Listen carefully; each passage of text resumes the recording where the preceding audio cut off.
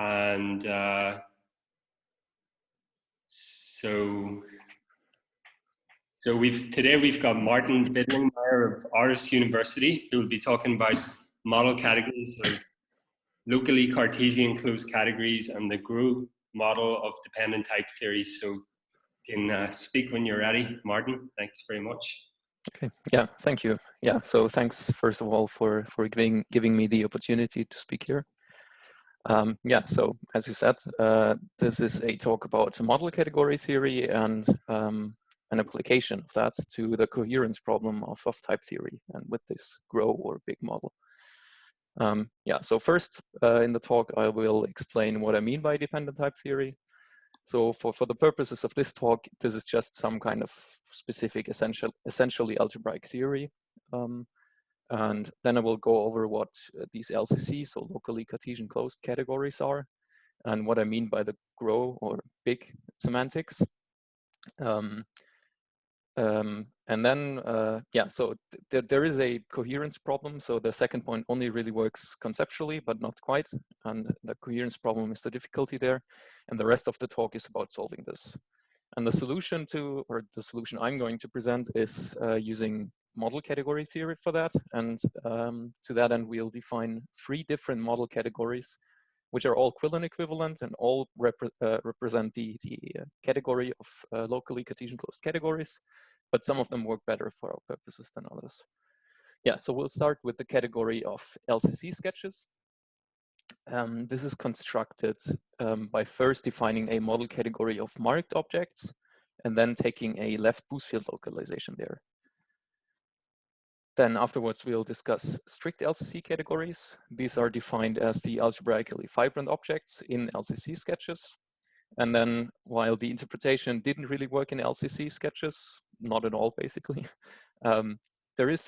you can interpret a fragment of type theory at least in this category of strict LCC categories. And yeah, we'll see what that fragment is there. And then the third model category we'll discuss is the algebraically cofibrant strict LCC categories. And the important point there is that these categories, so that's another model category. And the important property there is that you can strictify non-strict LCC functors out of such categories to strict functors. And that turns out to be then the final ingredient that you need to solve the coherence problem. Yeah, then afterwards I have a conclusion and also a few open problems. But I think there are also a few open problems sprinkled throughout the talk. So it's not only there. Okay, I should also mention that if you have any question or something, then please interrupt me. Yeah. Okay, so dependent type theory. This is just about extensional dependent type theory, I should say. So there is no homotopy type theory or intentional type theory there. And for, yeah, as I already said, for me, this is just some kind of essentially algebraic theory. And I'm thinking of the theory of categories with families here, but the other notions are basically equivalent and it doesn't really make a difference for this talk. Anyway, so the sorts for the theory of CWFs has, that's just 4 sorts: context, types, terms, and morphisms. So terms and types are kind of like sets and their elements, or yeah, not quite, but kind of. Then the contexts, think of them as lists of variables where each variable has also a type. And then the morphisms, that's maybe the least intuitive one.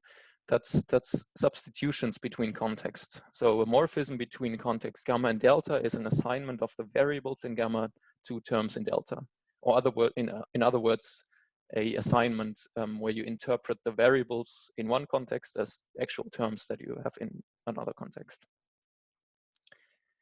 Okay, then the operations that you have there, I mean, I've not listed all of them, there are quite a few, but the most important ones are that every type has some kind of context that it lives in. So you have an operation that assigns to a type its context, and then this is written like so gamma v dash sigma.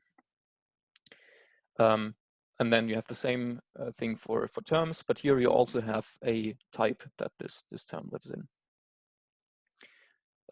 then you have operations that make contexts and morphisms into a category. So the context will be the objects of this category, and the morphisms are, well, morphisms. Right, so you have an operation that assigns to every context a identity morphism such that it's also a target match, and so on and so on. Right, then you have a way of substituting terms and types along morphisms. And here I should say that this is not quite CWFs, it's more like covariant CWFs. So this formalizes a category whose opposite has the structure of a CWF. We'll see later why that is maybe better to think of like this for this talk at least. Right, so the substitution, the idea there is that you have a morphism from delta to gamma, and then now recall that the morphism is supposed to be something like an assignment of the variables that you have in delta to terms in gamma. And now I also have some data that in delta, so S and sigma. And then the idea should be that you just replace the variables by the actual that occur in S and sigma, those of delta, by the terms that F assigns to them. And then you just do structural recursion. And yeah, that's the point of this operation. But it is an operation that satisfies certain equalities that basically say that, yes, this is defined by recursion over types and terms, the structure of those. Yeah, then you have the context extension operation. So context should be kind of, you want to see contexts as lists of variables. So of course you want to have a cons operation or just adding another element to that list. And that's the point of context extension. So what you get there is you start with a type sigma that lives in context gamma. And now you create a new context gamma dot sigma that has another variable. It's nameless here. And you get a new context. And of course, you can interpret all the variables as, well, the exact same variable in the new context. The new context simply has a new context variable. So that's this P here. And then you also have a new term in this context, namely the variable. Right, and this context extension is supposed to satisfy a universal property. So it should be the least context that has this new term of this type. Right, and then you have a few type formers, like, for example, this one down here, the equality type. So if you have two terms of the same type, then you can form the new type of equalities S1, S2. And because we're working with extensional type theory here, this is simply has a term if S1 and S2 are actually equal and doesn't have a term otherwise. So the other rules are set up in such a way that this holds. And then this type here on the right, this is something like so pi is something like a combination of functions and universal quantification. So the idea here is that think of this as universal quantification. In that case, tau is a proposition that mentions the variable a variable of type sigma, and then you want to bind this variable, which is this pi sigma here, and then you get a proposition that lives in gamma. So the variable that we bound in tau is now not anymore in the context. Okay, so this was dependent type theory. And now we come to the semantics. And so the semantics of this of type theory are then simply models of this essentially algebraic theory. And the model I want to talk about is the gros or big semantics in locally Cartesian closed category. So what's the locally Cartesian closed category? Well, it's right here. So it has all finite limits and the pullback functor. So f is a function from x to y here. And so the pullback functor goes in the opposite direction. So this pullback functor is supposed to have both a left and a right adjoint. So the left adjoint is actually automatic, that you can define pullback in this way that it is right adjoint to sigma f. But the right adjoint is actual new data, so that is not always there. The most obvious examples are elementary toposes or Grothendieck toposes. The only real example that I know of LCC categories that are not also elementary toposes are the XLX completions of these. Yeah. So basically, you could do the whole talk with elementary toposes, but LCC categories are a little simpler. Right, so I already explained the intuition behind the pi type, and well, this is the same symbol because it's kind of analogous, but for categories. And yeah, so pi is kind of like universal quantification, and sigma is kind of like existential quantification, where that's not quite precise because it's proof relevant existential quantification, but close enough. Right, and so now the idea of this big semantics, that's rather unusual, I think. So most people think of every LCC category individually as a model of type theory, but here we're going to see the category of all LCC categories as a model of type theory. So conceptually, the idea is that every context should be a LCC category. Think of the context as ambient mathematical universes that you work in, and then they're related by logical functors. Right, so then the types in some contexts are just the objects of this LCC category. I think that's quite natural. Then the terms are morphisms from the terminal object, one, to sigma in this LCC category. The morphisms are, or substitutions are simply the LCC functors, so logical functors, simply functors that preserve finite limits and pi f. The type formers are interpreted using the structure that LCC categories have. So for example, the equality type is the equalizer of the two morphisms. The context extension should be the slice category. And then the pi types are defined in terms of the pi functors. That's not so surprising. I should point out here that I use pi sigma here, and here I identify sigma with the morphism from sigma to the terminal object. I think I will also do that for pullbacks, for example, later. Right, okay, so this is the big semantics, or more conceptually here. I don't want to say precisely what I mean by LCC functor, for example. And yeah, indeed, you do get problems if you want to work this out precisely. So the first problem is that these LCC functors, as you would usually define them, probably they don't preserve these universal objects up to equality. So usually you say the image of a pullback square is a pullback square, but not that it's some kind of canonical pullback square or something like this. But in the theory of type, the essentially algebraic theory of type theory demands that this equation here holds. So not just an isomorphism here, it should be an equality. So that's the first problem. And then the second problem is that I mentioned this earlier, that the context extensions are supposed to have a one categorical universal property, but it's one categorical. And the slice category also satisfies a universal property, but it's bicategorical. So when we have a LCC functor from gamma to delta here, and we have a morphism from 1 to f of sigma in delta, that's basically that would be the variable, basically. Then we do get factorization via the slice category here, but this triangle commutes only up to isomorphism, and also this map here, this induced map, is only unique up to unique isomorphism. So also there we get a problem. Okay, so as mentioned, the solution to this that I present here uses model categories. So just a quick reminder what a model category is. So a model category is a one category M, which is equipped with 3 classes of maps. And these have to satisfy a number of axioms, which I don't want to mention here completely. But the idea is that this model category presents a higher category, namely the higher localization at the weak equivalences. And the cofibrations, and fibrations, one intuition for these are that there is some kind of class of good monos or good epis.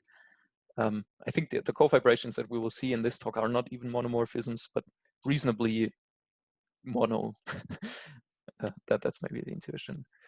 Then an important data is that you can factor every morphism in this category, in a model category, as a trivial cofibration followed by a fibration, and the other way around. Well, not the other way around, but first a cofibration, then a trivial fibration. And in particular, you can do this for the map to the terminal object that exists for every object, and from the initial object. Oh, I should say that a model category is also complete and co-complete. Right. So replacing these you can also fibrantly or cofibrantly replace objects. And then an important class of model categories are the combinatorial ones. There, the underlying one category is locally presentable. And furthermore, you have sets, so not classes, sets of generating cofibrations and generating trivial cofibrations. So I think, yeah, all categories that we see, model categories in this talk are combinatorial. Well, the first one is combinatorial. Right. So the idea that we are going to, how we're going to use model categories is the following. So the model was supposed to be valued in the category of all LCC categories. So the category of LCC categories should be a higher category, I would argue. So you have LCC categories, you have LCC functors, and you have natural isomorphisms of those functors. So I want to restrict to isomorphisms of functors here. Right, and so it's a higher category. So in principle, you could say that, yeah, you can present this as a model category somehow. I mean, I've not shown you how to do this, but it's possible and it seems reasonable at least. So the coherence problems then are questions about the underlying one category. So which equations hold for types or something, or also morphisms in the underlying one category. So in a sense, it's an evil question. Right, and then the thing is that you can present higher categories as model categories in more than one way. And these different ways will be equivalent, but the underlying one category can be, yeah, can vary drastically. So the idea is that, okay, so maybe one presentation doesn't work as a model category, but maybe other presentations as model categories will work. And yeah, so the rest of the talk is, the point of that is to find such a good presentation as a model category. Okay, yeah, so we'll start with LCC sketches, and these LCC sketches are, you construct them using marked objects. So this is due to Valerie Isaev, the work on marked objects and also sketches a little. So here, what you start with is an arbitrary category C, and you have a diagram in C. And now a marked object is given by an underlying object U of X in C, and you have a set of morphisms whose domain is in the image of this I functor. And yeah, so it's just some arbitrary set basically, which are marked. The only condition that you want is that they are these marked morphisms are compatible with the morphisms in I. So if you have a marked map from I of K2 to X and you have a morphism into K2, then also the composition should be marked.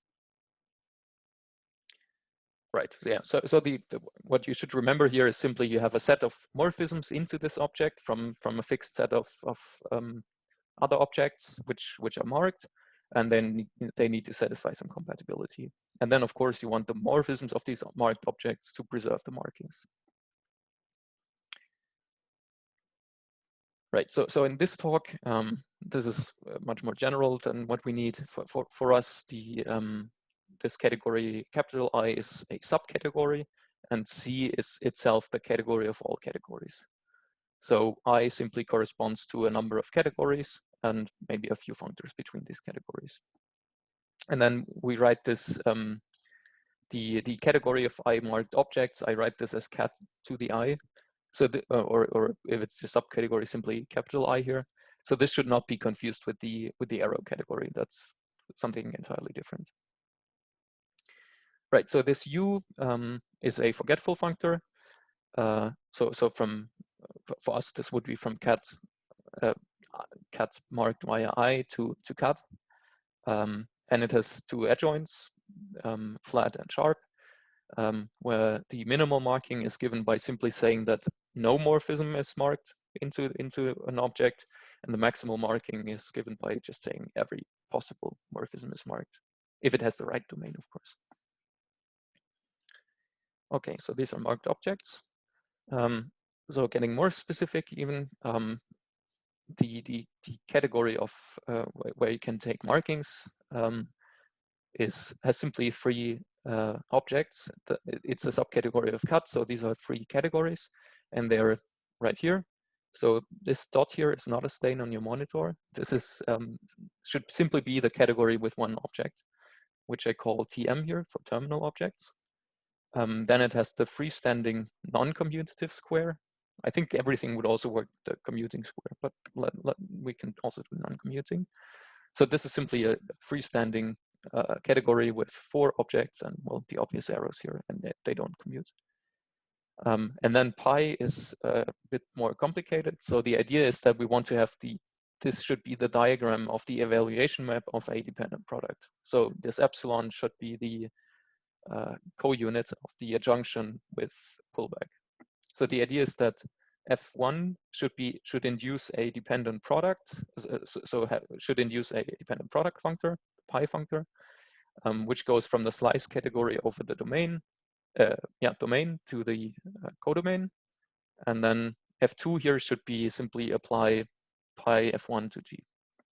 That's the intuition here, and then the evaluation map of this thing, or the co-unit, is given by pulling back along F1 again. That gives you this outer square here with P1 and P2, the projections. And then the evaluation map goes from the actual fiber product here to G. And again, nothing commutes here. The only non-trivial functor that I want to include in ILCC is the inclusion of this square into the outer square here. So they're the same as the variable name. So P1 is mapped to P, P2 to, and so on. Okay, so the intuition is that we want to mark certain diagrams in a category as this is supposed to have some kind of universal property. Of course, it will not satisfy this universal property a priori, but we want to just mark it as such. So of course, TM is a one element category. So this simply selects a object in a set of objects in C if you mark some of them. And we want to see those marked objects in a TM marked objects in a category C as the terminal objects. And then the same thing for pullback squares and dependent products. So the point of having this inclusion here is to make sure that if we mark something as a dependent product or the evaluation map of a dependent product, then we should also mark this outer square as pullback. That's the effect that this inclusion has. Okay, so let's get to so far this is only a category of marked objects, but it's actually a model category, and this uses this theorem also due to Valery-Isov. So you start with a combinatorial model category, and you have this diagram. So as we had before, the image of I should be cofibrant. So we need to make sure that this is the case. And then we can define a combinatorial model category structure on marked objects.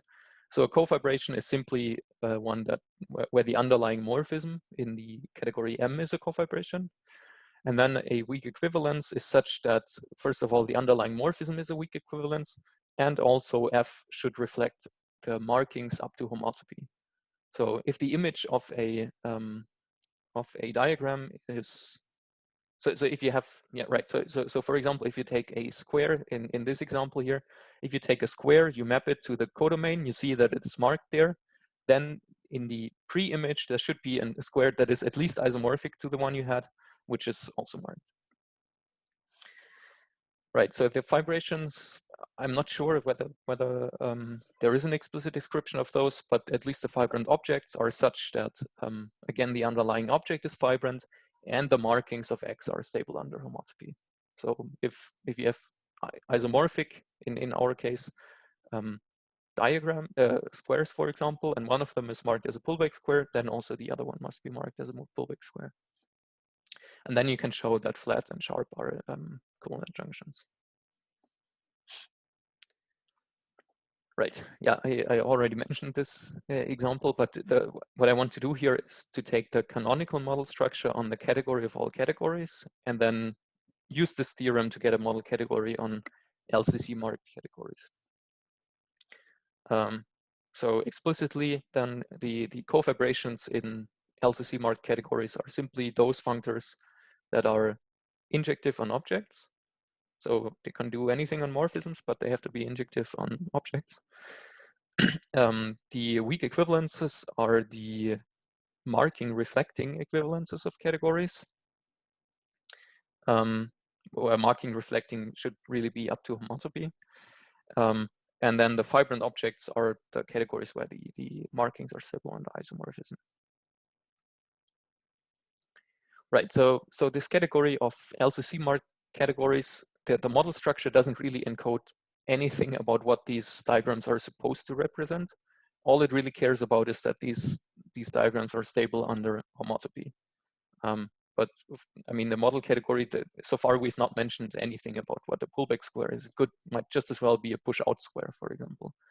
So the idea to make this into the actual model category of LCC sketches is to restrict the fibrant objects to those objects that are to those LCC marked objects categories that are actual LCC categories. So categories which have LCC structure and where squares are marked by PB, even only if they are actual pullback squares. And the technical tool to do this is to add more trivial cofibrations. Because of the lifting properties that model categories are defined with, this will have the effect of restricting the fibrations. And yeah, that's the point of the Bousfield localization. So for the Bousfield localization, we want to specify a set of morphisms that is supposed to be a trivial cofibration now. And yeah, it's actually 8 or 9 morphisms, I think. I'm going to explain the ones that you add for pullbacks, but the other one are pretty analogous, I think. So every one of those morphisms will correspond intuitively to one of the axioms of LCC categories, or in this case, pullback squares. So the first one is, well, pullback squares should commute, right? So far, we can mark squares that don't commute, and yeah, we don't want that. So so what we add is this morphism here, which is simply from the marked square. So I want this square itself to be marked via PB, but not commuting, to the commuting square, which is marked via PB. And the effect of that is that whenever you're having the right lifting property against this thing, means that if you have a non-commuting PB marked square, then it factors via the commuting one, so it commutes. So the second one is that all pullbacks must exist. For this, you just take this, I think it's a cospan, which is completely unmarked. So this is flat, basically, of just these 2 arrows. And then you include this into the pullback marked square. And the effect is that, of course, whenever you have such a cospan, then this factors via a PB marked square, i.e. you have a whole square over this cospan, which is pullback marked. And then finally, you want to say that the pullback squares have the universal property, which is, yeah, this diagram. So you have the square over the cospan, then you get this factorization. And here I want this square to be pullback marked, PB marked, and also this one marked via PB. Right, and then you add similar morphisms for terminal objects and dependent products. So one thing that you might be wondering about is that, so there is no axiom for saying that this induced map here by the universal property is unique. But the point is that this is actually automatic, because the fibration, so the fibrant objects have lifts against trivial cofibrations which are unique up to homotopy. And the effect in cut, because it's truncated at this at level 2, means that this map must actually be unique. Okay, yeah, then you can prove the following theorem. So LCC indeed presents the higher category of LCC categories. In detail, this means that the fibrant objects are precisely the LCC categories with diagrams marked if they satisfy the universal property. The weak equivalences of fibrant objects, so LCC categories, are simply equivalences of underlying categories, which is what we want from LCC categories. The homotopy category, so the category where you quotient out homotopic maps, is simply the category of LCC categories with isomorphism classes of LCC functors. And then the homotopy function complexes of maps between fibrant LCC sketches, so LCC categories, are groupoids of LCC functors and their isomorphisms. Right, so the problem with this is basically the subcategory of fibrant LCC sketches is simply what you would usually write down if somebody asked you what is the category of LCC categories, and we discussed already that this doesn't quite work for an interpretation of type theory. Because so the first problem is, say you want to interpret an equality type, then you want to take some kind of equalizer, but which equalizer do you take? Because the fibrant objects in LCC in fibrant LCC sketches are LCC categories in the sense that all of this structure merely exists, and not you have some kind of canonical equalizer. So what you would have to do is I choose some kind of equalizer here. For this, you probably need some kind of choice principle first of all, and then it's not at all clear why these should be preserved. These choices should be preserved by morphisms. So there's this issue where the equality type is not preserved strictly. You get that. Right, I do have a question about this model category, however, namely that do you know whether there is, can you describe a generating set of trivial covibrations? So it is a combinatorial model category, but often describing these actual sets of trivial covibrations or covibrations is not easy. Yeah, I don't know the answer to this. I suspect that you might get away with even finitely many morphisms here. So it might actually be possible to explicitly write this down, but yeah, I haven't found such a set. Okay, so moving on, this model category doesn't work. So let's look for a different model category. And the tool that we're going to use for that is the algebraically fibrant objects. So right, so we start with a model category and we take a suitable, what does work is a generating set of trivial cofibrations J. And then a algebraically fibrant object is an object such that these lifts do not only exist, but they are part of the structure. So every fibrant object in M does have such lifts, or these lifts exist, but here we make it part of the structure. So we have canonical ways to lift these against these trivial cofibrations here. And then of course you want the maps of algebraically fibrant objects to preserve these lifts up to equality. And then also this category has model structure due to this theorem, due to John. Right, so we start with a combinatorial model category, and then we have a forgetful functor from algebraically fibrant objects to M, which just forgets that you have these canonical lifts. And yeah, this has a left adjoint. This follows from the locally presentable part of combinatorial model categories. And then the point is that the model structure of M can be transferred to a model structure on algebras of M, and then the adjunction is equivalent equivalence. So the important thing here is equivalent equivalence. So this is not something that you automatically get from every transfer of model categories.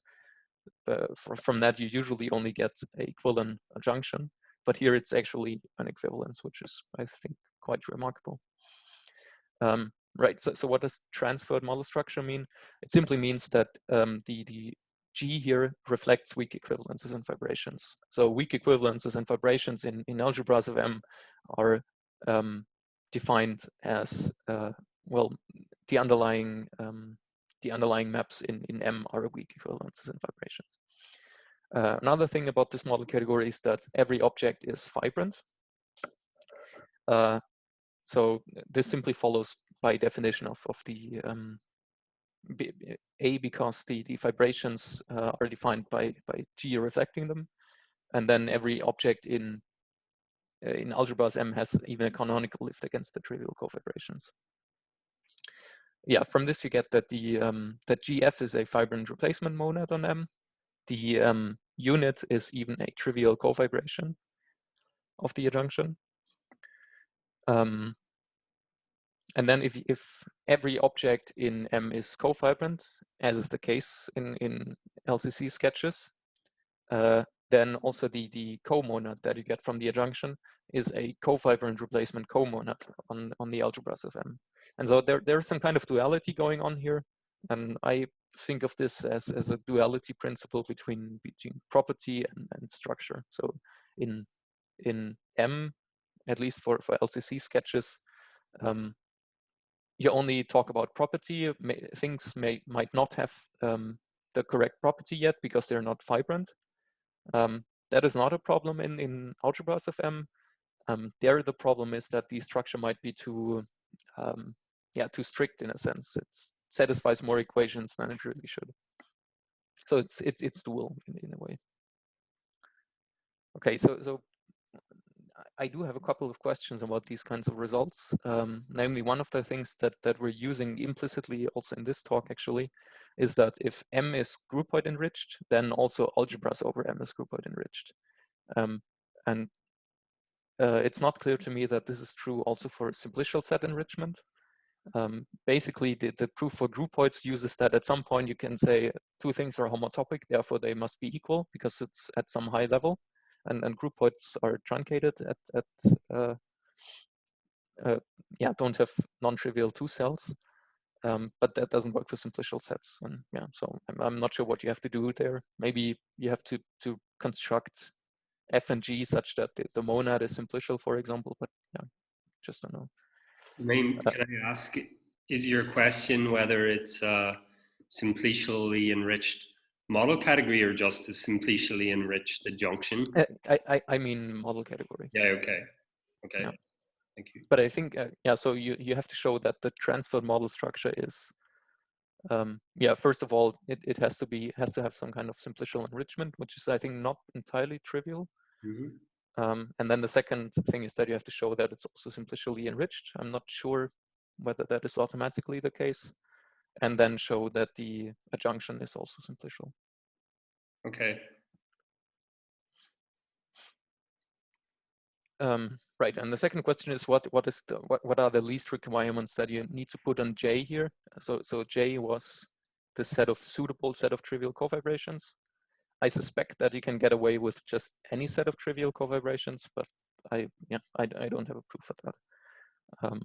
And the other question would be, what if you specify those lifts only partially here? So you don't have the lifts for all A, or in other words, this function Lx that assigns you the lifts is just partial. Can you also get a useful model category from that? So it would sit somewhere in between the M and algebras M.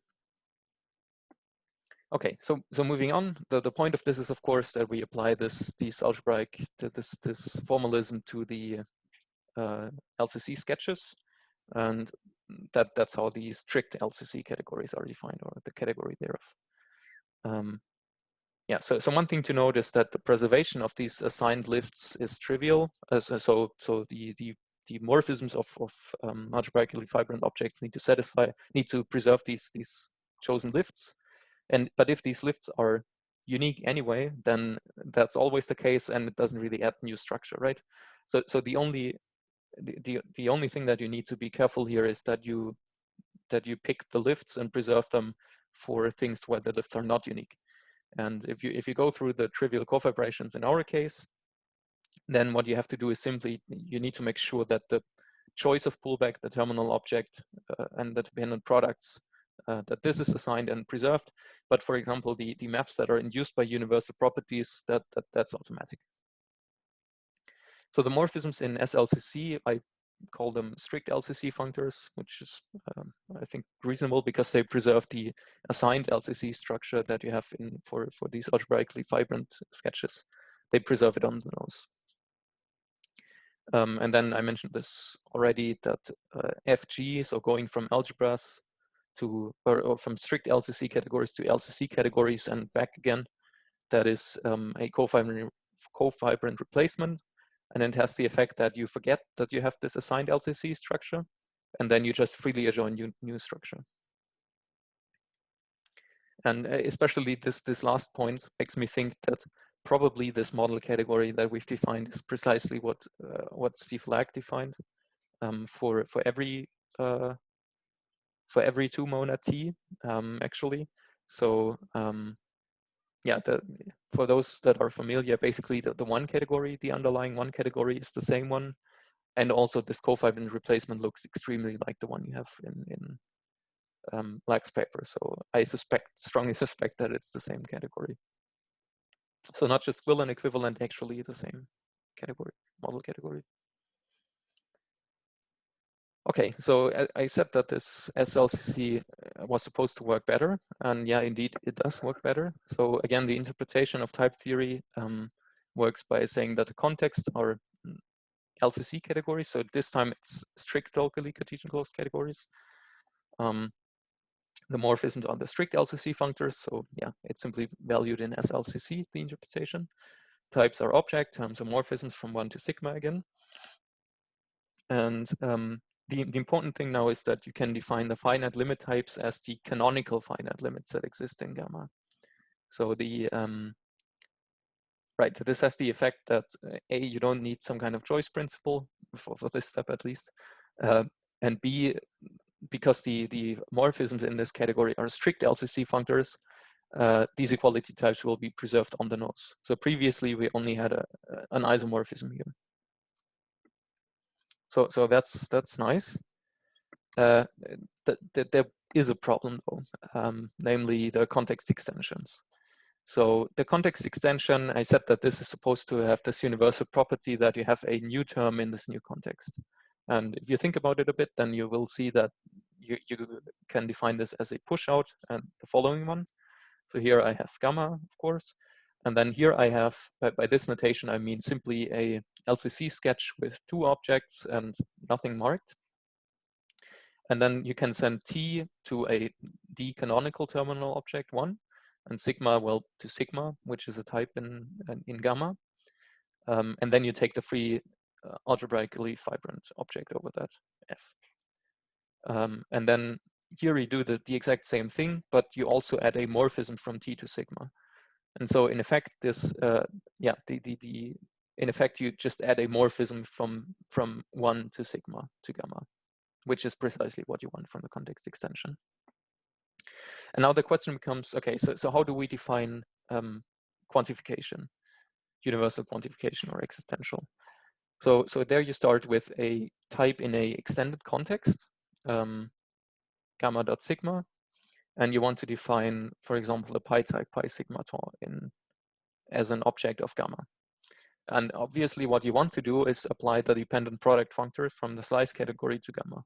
But this is from the size category, but we have this thing here.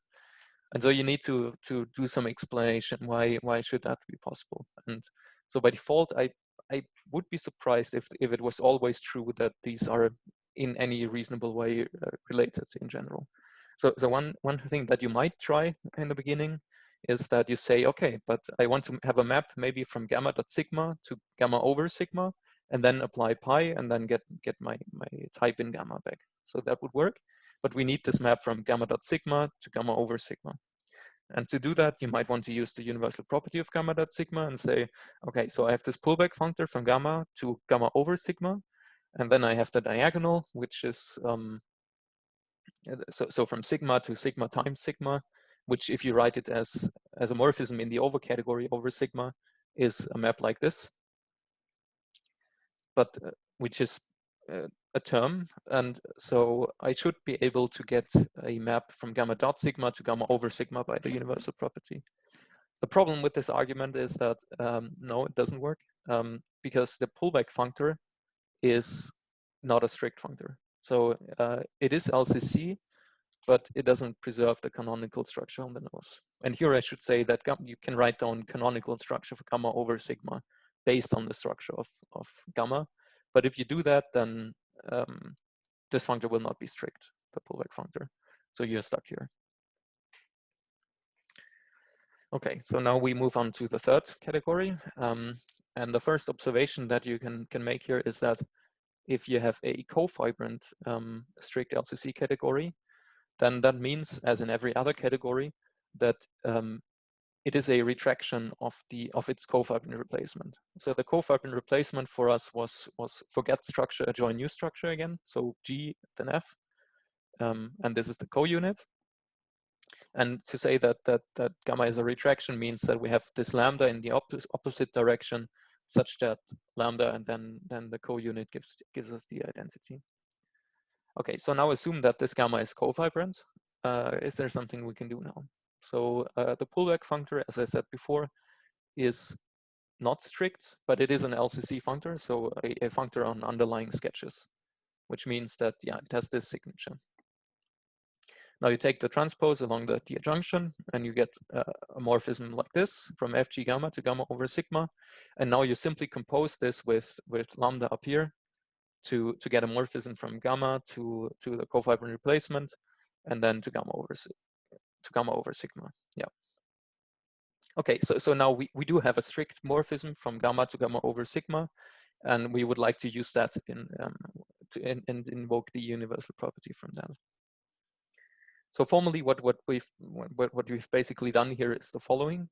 So if we have a cofibrant strict LCC category, then whenever we have a non-strict functor, there exists a strictification such that, and that's the part that we've not proved, such that the two are isomorphic or homotopic in LCC. So yeah, so as I mentioned, from this we get a map like this. So that's great. The bad thing is that this A itself is constructed in terms of a choice, right? So to construct this A, we first choose lambda and then take this composition.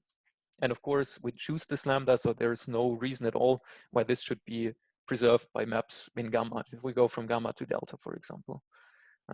So what we would, and the effect of that is that the pi types we would define, if we defined it like this, they would not be stable under substitution. So that's again a problem.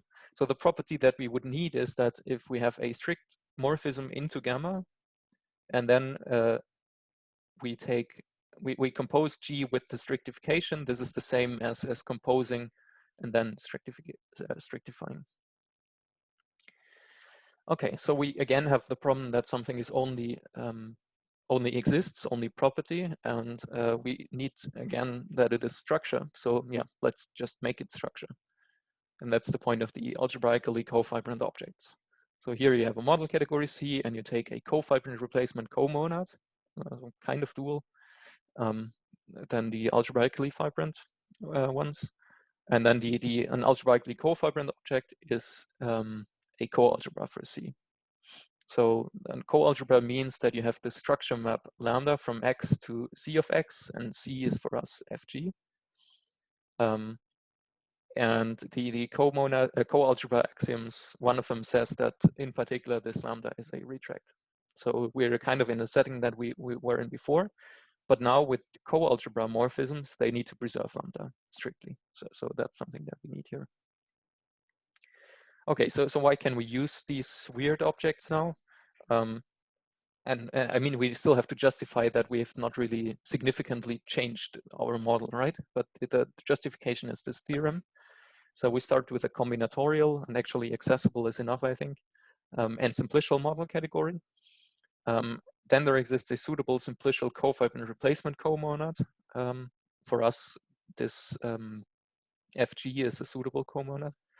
And then the model category structure of M can be transferred to the coalgebras of M, such that M and coalgebras of M are equivalent again. So equivalent, not just an adjunction. Again, I think it's pretty remarkable that this works.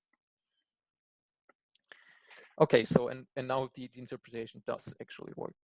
So the category of contexts is simply well, the category of coalgebras.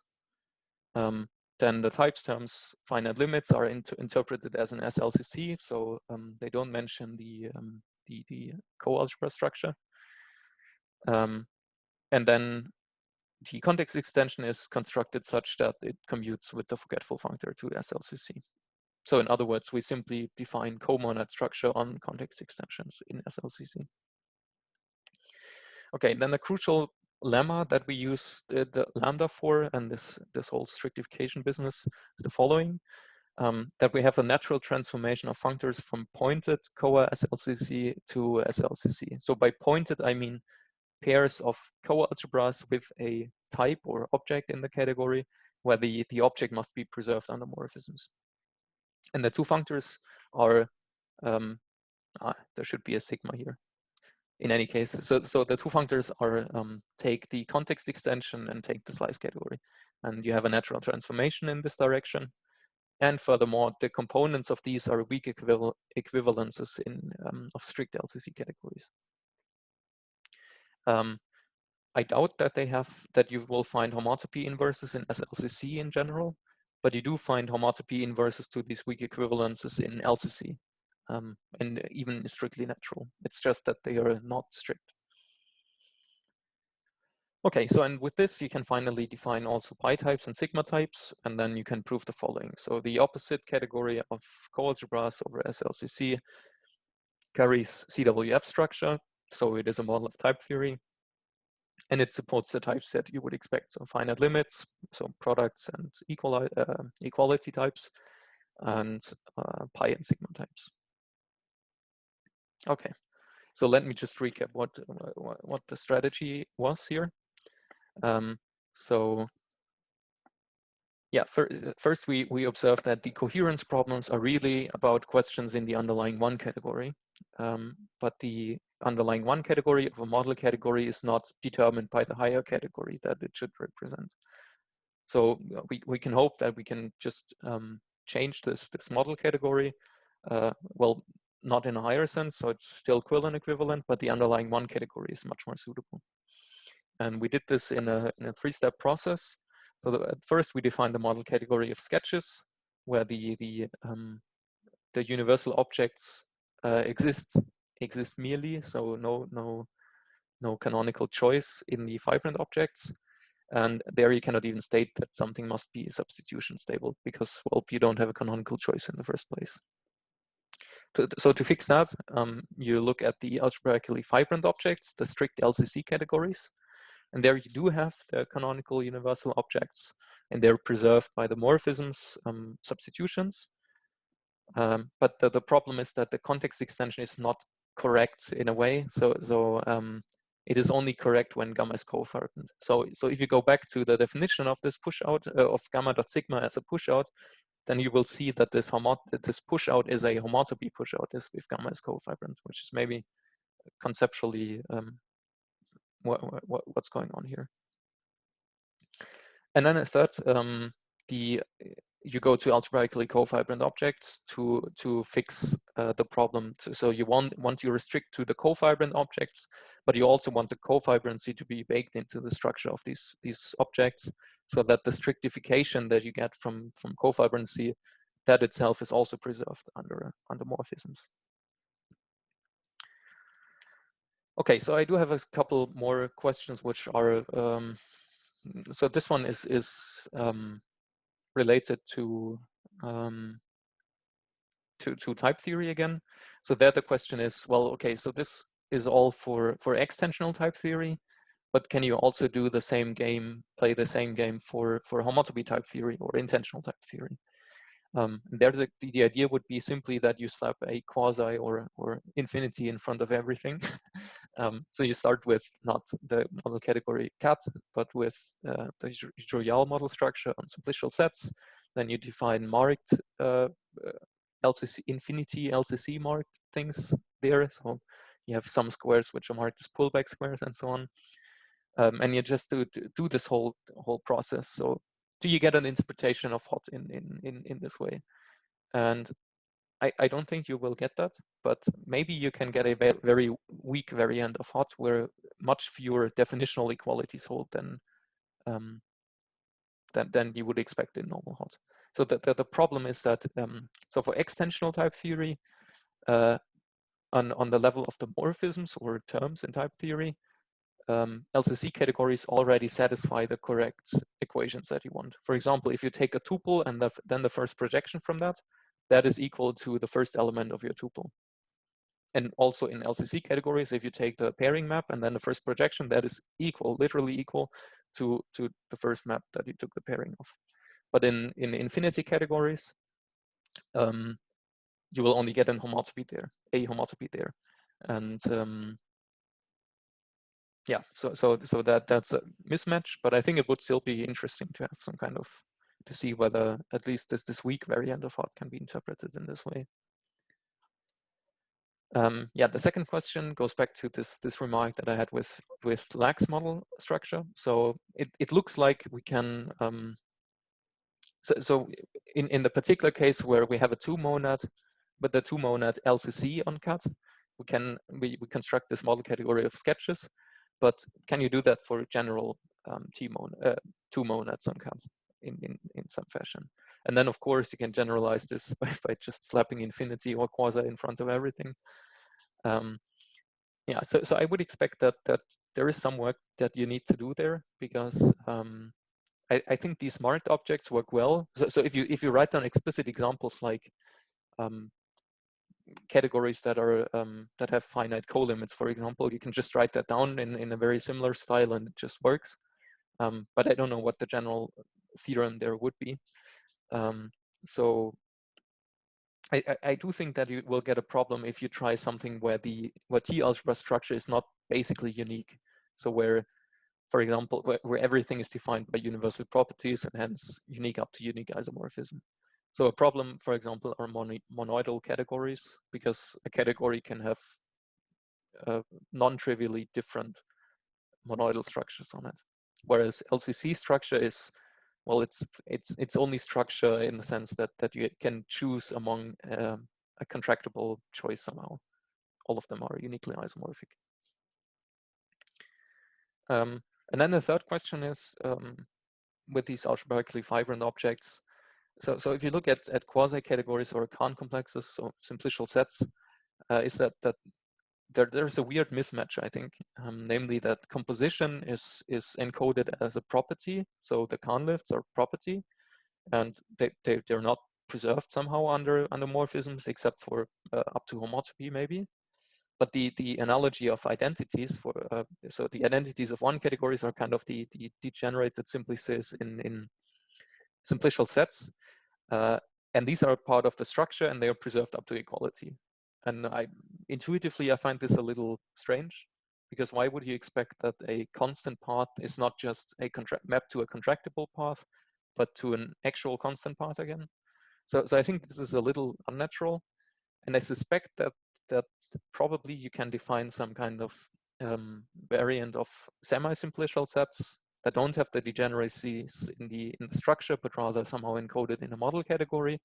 And then if you do a variation of the construction of algebraically fibrant objects, where you only choose the set J such that for the trivial cofibrations corresponding to identities, that then you get something that looks like simplicial sets.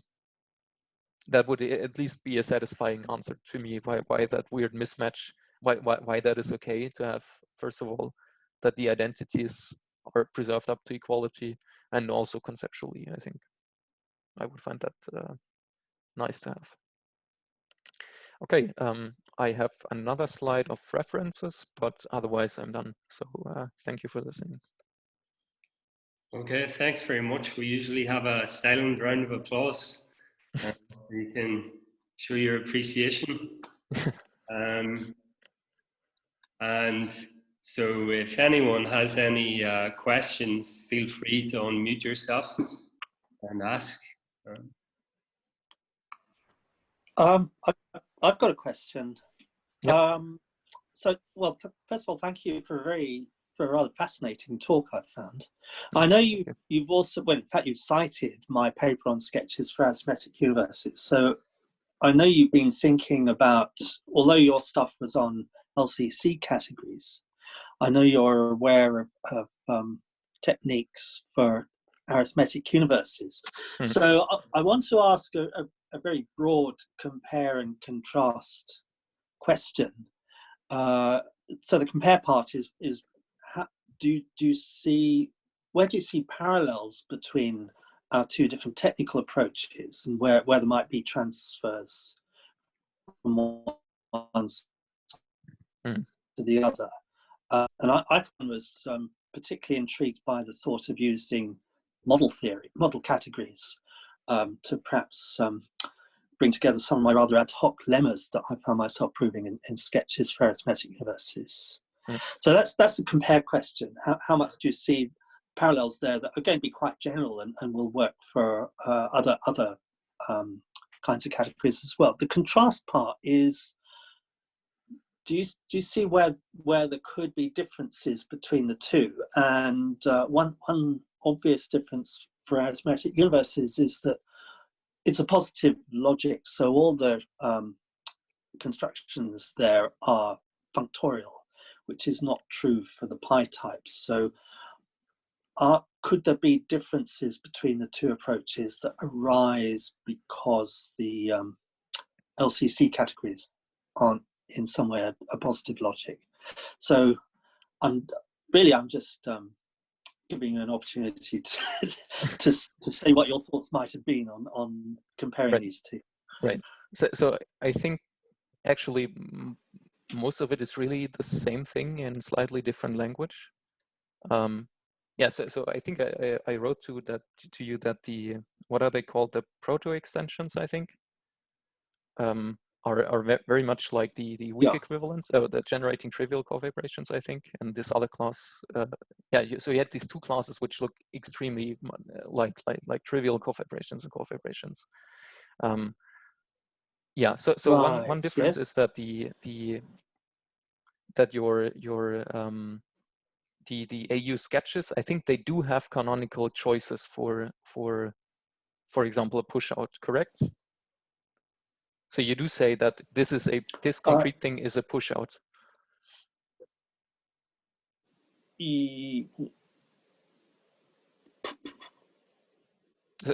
So I think there is at least a partial function that gives you for spans a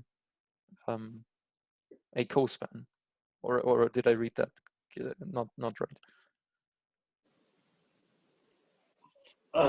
Yes. So the push outs are there. Right. So yeah, but they're also part of the structure, right? That's so right. Right. Yeah. And I think that's one of the differences, really. So in these LCC sketches that I had here, you just say this square here is supposed to be marked, but you don't say that it's some kind of canonical square or anything like this. So you don't have a function, for example, or not even a partial function that gives you from cospans some kind of Pullback squares over them. Yeah, so that's why I think that the category of AU sketches that you defined sits somewhere in between the LCC sketches as here and the strict LCC categories, because you do have some kind of canonical choice, but the objects don't need to be complete, right? So yeah, that's also why I asked whether you can do the construction with the algebraically fibrant objects with partial lifts, because I suspect that probably if you know how to do that, then you can get a model structure on the category of AU sketches as you defined them. Yeah, but apart from that, I think it's very much the same ideas there. Was really remarkable. Yeah. Okay. Yeah. Right, and well, then yep. Yeah, I'd be really interested to understand that better. And then your question about the negative logic, this aspect.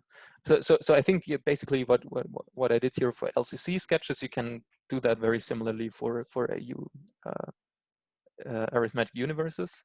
So the big difference is that the category of LCC categories is only really well behaved as a 2-1 category. So the natural transformation they're not very well behaved with them because of this negative aspect. So for example, I think there is no if you allowed non-invertible 2 cells for LCC categories, then there would be no free LCC category over 2 objects, for example. But if you only allow invertible 2 cells, then it works. And I suspect that for AU categories, that is a reasonable 2 category. Yes. Yeah. Yeah. Okay. Oh, well, thank you very much. Yeah. Maybe I can ask you. Maybe I'll just make a comment first. There's when people are talking about sketches as well, there's a paper of Mackay called Generalized Sketches as a Framework for the Environment of parts 1, 2, and 3, where he develops a theory of sketches for categories with structure. And it's in a very similar spirit as well. So it's worth checking out if you haven't looked at it as well. Yeah, I haven't looked at it. Yeah, thank you. And I would also, so these categories of marked objects and stuff like that are sort of a special case of what he calls generalized sketch categories. And so another comment is about the monad. I think it was just connected to the last comment you made about requiring certain 2 cells to be invertible. So if I remember correctly, for instance, there isn't a 2 monad on cat with non-invertible 2 cells whose algebras are Cartesian closed categories. Yep. Because contravariance causes a problem. Right.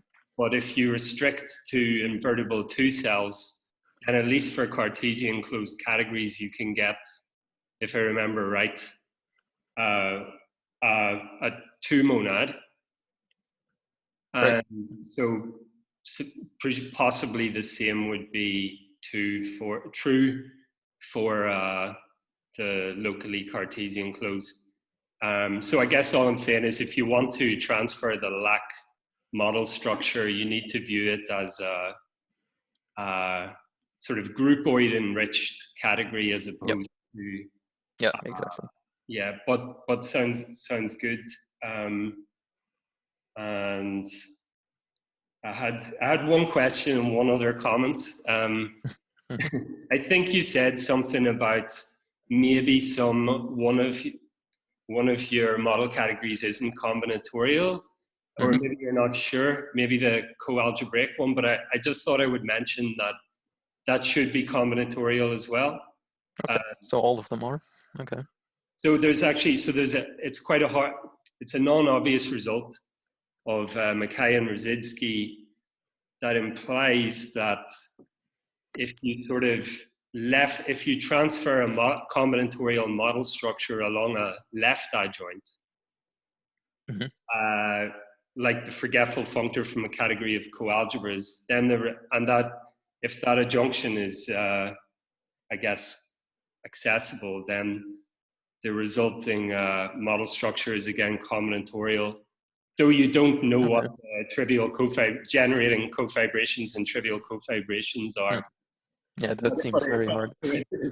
It's not obvious at all, but it's true. And so, and I just thought I'd mention that. And then my last question was, what do you mean actually by the partial lifts and stuff? I didn't quite get that. I was wondering if you could. Yeah, sure. Okay, so where do I have my slides now? Can you see my slides again? Yeah. Okay. Here. Right, so normally you would say that an algebraically fibrant object is one where you have for every j and every a such a lift here. So in other words, you have a function that gives you for every j and every a this morphism here, right? And all I'm asking is what happens if you say that this function is instead a partial function. So you have for some j and for some a, you have these lifts. But for those you have a choice. Okay. Yeah. So it reminds me a bit of this work of Kobeck and Reiterman, where they developed an approach to algebraic structures where you have some partial sorts of solutions, and then in the limit you obtain somehow the usual case, and they use this partial case to answer questions about the usual case. But I might send you a comment about, I might send you an email. I might send you an email with a couple of comments if you want. Okay, yeah, that would be perfect. Yeah. And I see, so if anyone else has any questions, any more questions, go ahead. Yeah, I wanted to ask one question. And so this idea of looking at this kind of examples for models of type theory is new to me. So like looking at categories of categories as examples of type theory is completely new to me. And I wanted to know, how come, like, what's the motivation? How could you conjecture such a thing? Right. Yeah, so there is some explanation in the introduction of the preprint that I have. And yeah, I'm not sure I will make much sense without a whiteboard here. But so the idea is usually, let's see, where is this list? Probably in the beginning. Here. So usually you would say that every context is a, so first of all, you fix a LCC category C usually. And then you would say that every context is a object in this LCC category, right? But the objects, I mean, this is a complete tautology now, but the objects in C are in bijection with the slice categories over C. Yeah, I mean, this is just by definition, basically. And then usually you would say that types are morphisms into this fixed object. Types in some context gamma are morphisms into gamma. If you're in the normal semantics again. But a morphism into gamma is the same thing as an object in the slice category. And then terms are sections in the normal semantics, which is the same thing as a morphism from the terminal object to that thing in the slice category. And so on. And then a morphism would usually be a morphism in C, but such a morphism is the same data as the pullback functor in the opposite direction. So LCC functors of slice categories that commute with the base map to C are induced by a unique, but they correspond to morphisms in the category C. And so basically you phrase everything here in terms of slice categories, and then you notice that, oh, actually, why do I need that? These are slice categories. And then you arrive at this model. Okay, thank you. Okay, well, if there are no further questions, then thanks again. Yeah. For a very nice talk. And so we can stop